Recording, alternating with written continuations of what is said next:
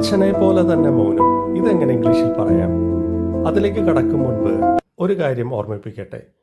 പല ശൈലികളും മലയാളത്തിൽ നിന്ന് ഇംഗ്ലീഷിലേക്ക് പദാനുപദം വിവർത്തനം ചെയ്യാൻ സാധിക്കുന്ന ഒന്നല്ല. നമ്മളങ്ങനെ ചെയ്താലും ഇംഗ്ലീഷുകാർക്ക് അത് മനസ്സിലാകണമെന്നില്ല. മുൻപ് പറഞ്ഞിട്ടുള്ളതാണെങ്കിലും ഒരിക്കൽ കൂടി പറയുന്നു, ഗ്രാമർ അറിഞ്ഞതുകൊണ്ട് മാത്രം നമുക്ക് ഇംഗ്ലീഷ് ഇഫക്റ്റീവായി സംസാരിക്കാൻ കഴിയണമെന്നില്ല.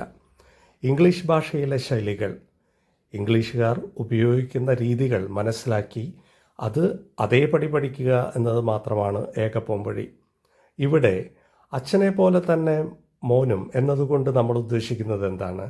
അച്ഛൻ്റെ അതേ പ്രകൃതം അഥവാ അതേ സ്വഭാവ സവിശേഷതകളാണ് മകനും എന്നല്ലേ? ലളിതമായി പറഞ്ഞാൽ അച്ഛൻ്റെ അതേ പെരുമാറ്റ രീതിയാണ് മകനും എന്ന് തന്നെ.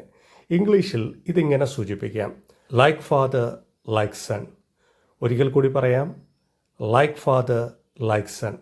അച്ഛനെ പോലെ തന്നെ മോനും. ആശയം വ്യക്തമാണെന്ന് കരുതുന്നു. Happy learning.